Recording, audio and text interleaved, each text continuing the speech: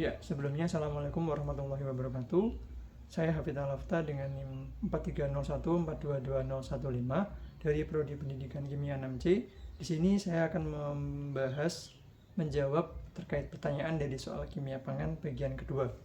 Nah, soal yang pertama, fermentasi makanan pakasam ikan khas Kalimantan yaitu melibatkan bakteri asam laktat. Bakteri asam laktat ini menimbulkan rasa masam dan mengubah pH menjadi turun. Yang tadinya pH menjadi 7, akibat adanya bakteri asam laktat ini pH menjadi turun hingga 4. Nah, itulah yang menyebabkan makanan pakasam ikan menjadi masam, disebabkan oleh fermentasi asam laktat. Kemudian yang kedua, bagian kedua, yaitu apa resiko dari fermentasi makanan pakasam ikan tersebut. Nah, fermentasi jika tidak dilakukan secara baik dan benar, maka akan menimbulkan kontaminasi patogen-patogen atau bakteri yang dapat mengganggu kesehatan bagi seseorang yang mengonsumsi makanan tersebut.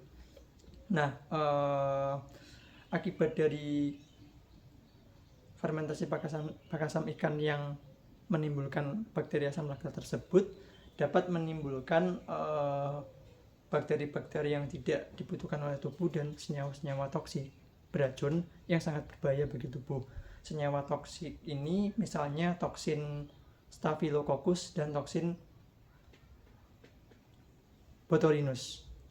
Nah, beberapa penyakit yang ditimbulkan akibat resiko senyawa toksik tersebut misalnya diare, muntah, mual, dan beberapa penyakit yang sangat berbahaya bagi kesehatan tubuh. Oleh akibatnya, fermentasi sebaiknya dilakukan dengan cara yang baik dan benar. Kemudian soal yang ketiga, perbedaan antara garam dapur dan garam krosok.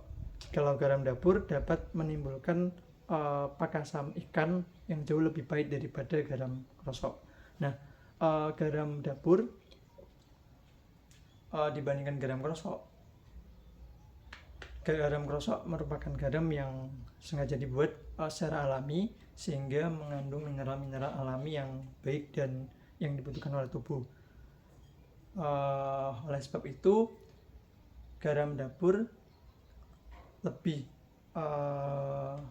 menciptakan rasa yang pahit jika ditabur dalam pakasam ikan secara berlebih dibandingkan garam krosok. Oleh sebab itu, saran yang baik untuk dilakukan yaitu menggunakan garam krosok karena mengandung mineral-mineral alami dengan proses pembuatan yang jauh lebih alami dibandingkan garam dapur.